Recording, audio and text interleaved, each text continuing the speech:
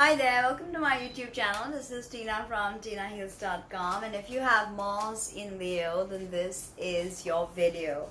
So Mars is our action principle. It is how we take action. It is a nocturnal planet. That means it does much better in the night chart than the day chart. The night chart you can simply locate. If you see your sun is at the bottom of the zodiacal wheel, then you have a night chart. And if he's at the top, then you have a day chart. So Mars does not do so well in a day chart. It does much better in a night chart. The day of Mars is Tuesday, and the hour is of course the first and the 8th hour of Tuesday if you want to invoke Mars. And Mars is of course a very a strong planet. It is fiery and it creates by separation. If Venus unites, Mars separates. That's why Mars is known as the lesser malefic and Saturn the greater malefic, because malefic planets do not tend towards moderation, the benefics do. So the Pythagoreans considered the number 5 to be the nemesis, and Mars is the 5th Sephiroth Gevura. So you see, Mars can oftentimes be your nemesis, okay, in shadow work, in confronting the masculine, the aggressive side of you, okay, because masculine wants to take action. So it is aggressive. And if you have any personal plan, if you have Mars, of course, you're talking about Mars in Leo, or any personal planets, from the 21st to the 30th degree of Leo, then it is ruled by Mars. Okay, Mars rules decan 3 of Leo. Okay, and of course rules the water triplicity. As rulership is of Aries and Scorpio in traditional astrology, and it is in detriment in the signs opposite, which is Libra and Taurus, and it is exalted in Capricorn, the 28th degree, of course, more so, and is in fall in Cancer, the 28th degree. Right now in Leo, of course, it's a sign that Mars rules by decan. So this is a very strong placement for Mars. It is not a light placement for Mars, especially if it's on your ascendant. You look younger, you're very heart-centric. Mars is the pioneer, the initiator, the rabble rouser, the person who brings about the energy that brings about change and compels us to take action. Ichha Shakti, okay, is Mars. Of course, it's masculine, and Leo is a masculine sign, so it's a double whammy. And Mars in a fixed sign, Leo is a fixed fire sign. Mars has focus. Mars can be deadly in a fixed sign because his endurance seems to continue forever. Except, of course, Taurus, where he's in fall, and he has, of course, the rulership of Scorpio, where he can be stealthy and deadly.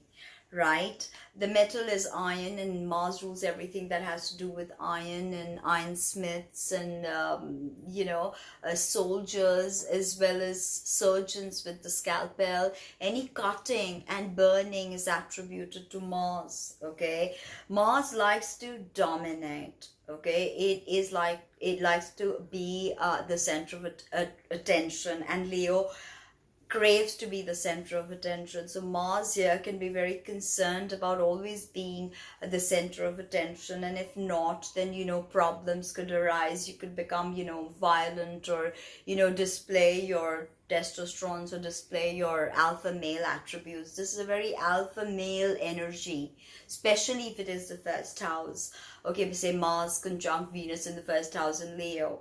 Okay, I have that in my Vedic. So it's a very yang expression of Mars, and Mars is yang and fiery. So he really enjoys this. Very sharp.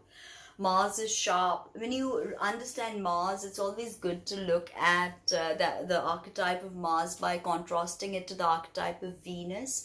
So Venus wants inclusion and union and blending and binding. Mars cuts, separates, excludes, and burns. It is not a pleasant energy. That's why Mars is such a problem, and Manglik is such a big thing. Knowing if you're Manglik and how to work with that, the debilitated or afflicted Mars. is a big thing, not just in Vedic astrology anymore, but also Western astrology. To understand the power of your Mars is to unlock a hidden potential of action taking in the world.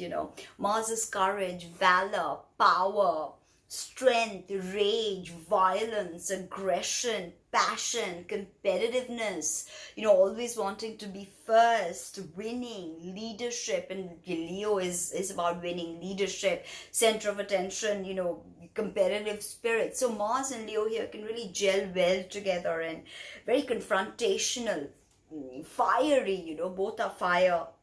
And fixed fire is like a bonfire. So here Mars is like a bonfire that's gathering people, but there can be no confrontation, there can be no aggression, because Mars here would be doubly aggressive, doubly confrontational, very quick energy, Mars. And although Leo is not quick, it's fixed, but fire is of course the quickest element, so Leos are also fiery. Now, Leo deals with the heart chakra, so Mars operates through the wisdom of the sun. And what we don't realize is that sun is intelligence, okay, very primeval sort of intelligence, not mercurial intelligence that needs to write or keep records or books, but the sun is a very vital form of raw primeval intelligence. So the Mars here is feeding off that primeval, powerful spiritual intelligence, and the sun is the largest body in the solar system. So Mars here is glorified, is magnanimous, okay? And when you understand with Leo is, Leo always illuminates things, okay, like the sun. So Mercury here is about illumination. If you're feeding in negatively, it's about aggression, violence, being the best, being the alpha. But if you're feeding into the correct way of utilizing Mars, then it is about bringing illumination, leadership skills. Okay, where you are the leader. If you look at the wolves, the leader of the wolf is really at the back, protecting the whole herd and actually, guiding them. And this is crazy because we think of the leader being in the front. So Mars in Leo is about that sort of wolfish leadership where you look after your own and you do it with a lot of grace, because again, Leo is a sign that deals with royalty, all kinds of powerful people, celebrities. So Mars here could very well be a celebrity, especially with the third decan of Leo, which is Martian. Okay, and of course we have the star Regulus now that has just entered Virgo, and 0 degrees of Virgo. So we have the third decan, and we have the energy of Regulus. So it's very regal energy, Mars, especially in the last decan of Leo, even in the other decans, very regal energy, very aristocratic, very noble, very idealistic. Mars here can be very idealistic, okay, very radiant.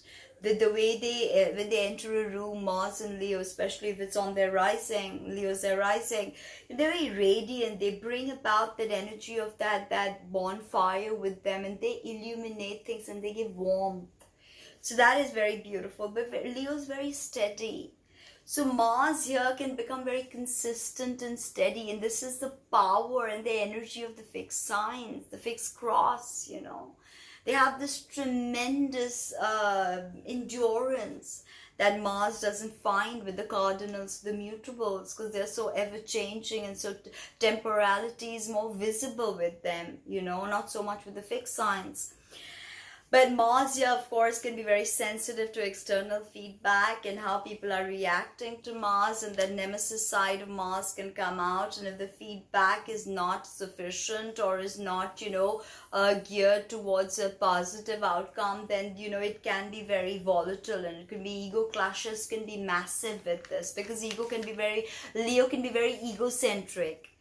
Okay, it's about, think of how the sun, okay, the sun is shining and has created a solar system. But if the sun was a white dwarf, it would not be able to nourish us and create the solar system. Or if the sun was a huge gas giant, then he would envelop Mercury, Earth, Venus, and there would be no life, there would be no observer. So the sun is, of course, one day going to become a red giant or a white dwarf. They say either or. But whatever it is, you need just a healthy sense of ego, the right amount of burning to sustain life. And that is what Leo does. So Mars here, instead of being like the matchstick in Aries and, setting everything in fire, Mars can be about the correct amount of fire you hold on to sustain life in Leo. And Leo is a great teacher and brings wisdom. So Mars can bring in that pioneering spirit into this whole dynamics of Leo. And Mars here can be very authentic, because a Leo is never really happy unless they're 100% authentic, and the life they're sort of leading is in harmony with their inside and outside. That is a big thing about Leo. So Mars here can strive towards a very authentic experience. No, it's not going to be easy, because Mars tends to extremes, and in Leo it can have very many repercussions. So it is not always about that perfect consistency with Mars, because the graph goes up and down. That's why these planets are malefics and Venus is a benefic, because there is no huge up and down, There is a consistency, a moderation. What Buddha tried to teach at the age of Taurus, Venus ruled Taurus, was moderation. So the key to everything actually is moderation, because if Mars gives a thesis, the antithesis to Mars' thesis is Venus's moderation, because Mars is extreme. Any diseases that are extreme in nature happen because of Mars. When you look at Leo rules the solar plexus and the heart chakra. So Mars here can be excessive heat, heartburn, heart attacks, heart disease, clogged arteries, all of that.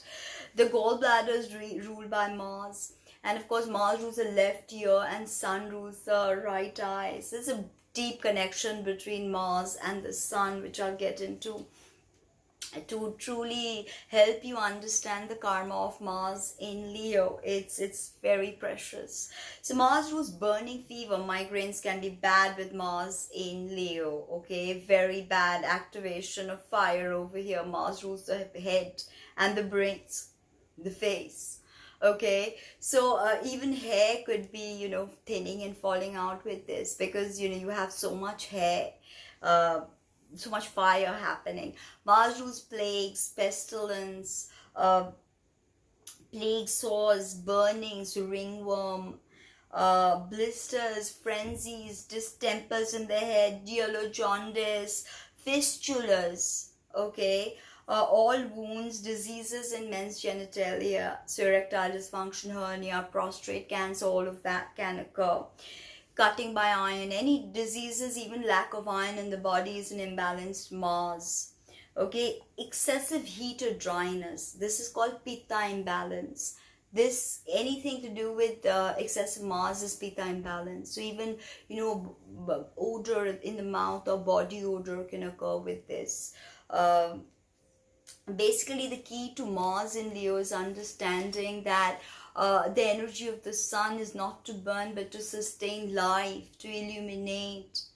The greatest job of Leo is not to illuminate their own power with their drama and their theatrics, but to illuminate others.